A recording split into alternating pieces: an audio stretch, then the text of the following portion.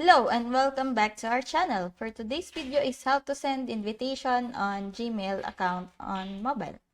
So to send an invitation on Gmail, you can follow these steps. Now, first thing you're gonna do is open up your Gmail app. Then tap on Compose button, the pencil icon, on the bottom right corner of the screen. Now, enter the email address of the person you want to invite in the to field. Now, enter the subject for your invitation. For example, invitation to event. Then, compose the email. So, I'll just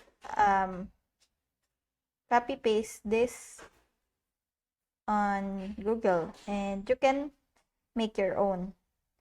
And you can also attach any files or documents to your invitation. Now, tap on the paperclip icon in the toolbar at the upper right corner of the screen. Then, you can attach file. And you can choose from the photos.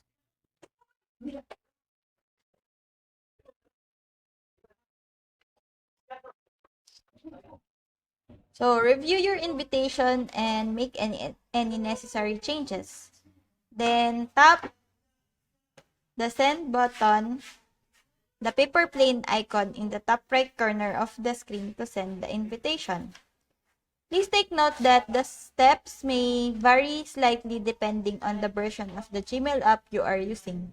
Also, the recipient may need to have Gmail account to receive your invitation, or you may need to invite them to create a Gmail account if they don't already have one. So that's it. I hope that you learned something and this video helps.